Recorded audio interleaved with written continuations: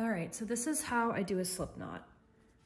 You have the end of your string, your thread here.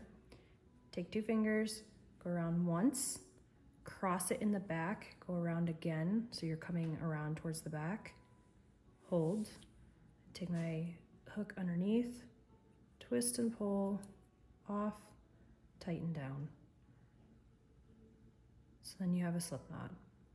So that is the way that I make a slip knot. Let me try that again one more time, zoomed in and slow. Okay, so here is a slip knot slowed down. You have your yarn and a hook. Go around your fingers to the front, around again to the back, hold, under, pull through.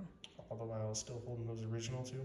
Yep, so you don't let go. And then when you're ready to tighten it down on your hook, just pull both ends, and then you have your slip knot ready for crochet.